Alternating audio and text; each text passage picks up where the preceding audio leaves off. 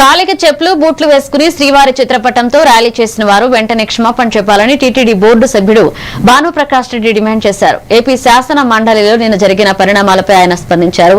YCP సభ్యుల తీరును తప్పుపట్టారు. వారికి లీగల్ నోటీసులు పంపిస్తామన్నారు. వైసీపీ అధినేత జగన్ బహిరంగంగా క్షమాపణ చెప్పాలని భానుప్రకాష్ డిమాండ్ చేశారు. ఎవరెవరు స్వామివారి పట్ల అపచారంగా వివరించారో వారందరికీ లీగల్ నోటీసులు పంపించబోతున్నాం.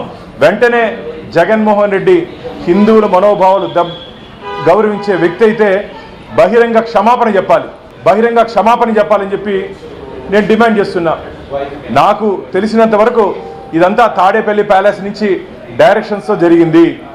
ఉద్దేశపూర్వకంగా మీరు కానీ గమనించినట్టయితే ఉద్దేశపూర్వకంగా హిందూ ధర్మాన్ని హిందూ దేవుళ్ళని అవహేళన చేసే విధంగా మీరు వ్యవహరిస్తున్నారు.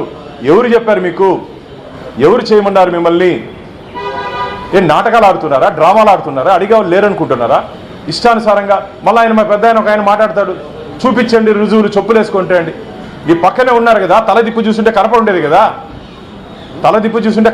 కదా, చూసి కూడా ఎందుకు నువ్వు అబద్ధాలు ఆడుతున్నావు బొత్స గారు? మీరు పెద్దల సభలో మిత్రులారా, శాసన మండలి అంటే పెద్దల సభ, అది ఒక రాక్షస సభగా మార్చేశారు. పెద్దల సభని ఒక రాక్షస సభగా మార్చేశారు.